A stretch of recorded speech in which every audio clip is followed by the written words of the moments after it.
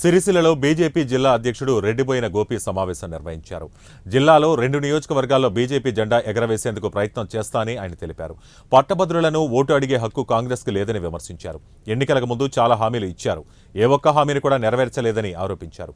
పట్టభద్రులు, ఉపాధ్యాయులకు ఏ కష్టం ఎదురైనా బీజేపీ అండగా ఉంటుందని భరోసా కల్పించారు. ఉపాధ్యాయులందరూ మల్క కొమరయ్యకు, గ్రాడ్యుయేట్స్ అంజిరెడ్డిని ఓటు వేసి గెలిపించాలని కోరారు.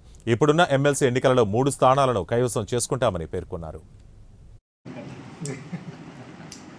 లేను వేస్టేజ్ ఉన్నాయా ఏం లేదన్న పెట్టి మాట్లాడి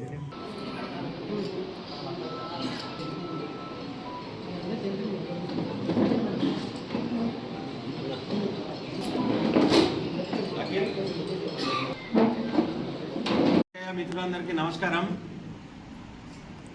మరి రోజు ఈ పాత్రికేయ మిత్రుల సమావేశంలో జిల్లా అధ్యక్షునిగా మొట్టమొదటిసారి ఈ సమావేశం నిర్ణయించడం జరుగుతుంది. ఈరోజు భారతీయ జనతా పార్టీలో కష్టపడిన వాళ్లకు ఫలితం ఉంటుందన్న దానికి ఇది ఒకటి నిదర్శనం.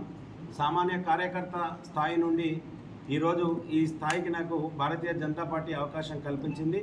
దీనికి గాను సహకరించిన కేంద్ర హోంశాఖ సహాయ మంత్రి, గౌరవ పార్లమెంటు సభ్యులు బండి సంజయ్ కుమార్ గారికి, రాష్ట్ర అధ్యక్షులు కిషన్ రెడ్డి గారికి, అదే రకంగా మాజీ అధ్యక్షులు ప్రతాప రామకృష్ణ గారికి హృదయపూర్వకంగా నమస్కారాలు తెలియజేసుకుంటున్నాను.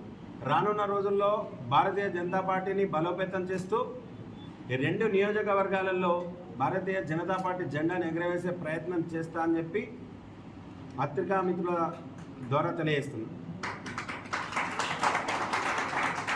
అదే రకంగా జరుగుతున్న ఎమ్మెల్సీ ఎలక్షన్లో దాదాపుగా భారతీయ జనతా పార్టీ అభ్యర్థుల విజయం ఖరారైనట్టు కనిపిస్తూ ఉంది. ఏదైతే హామీలను ఇచ్చి ఈరోజు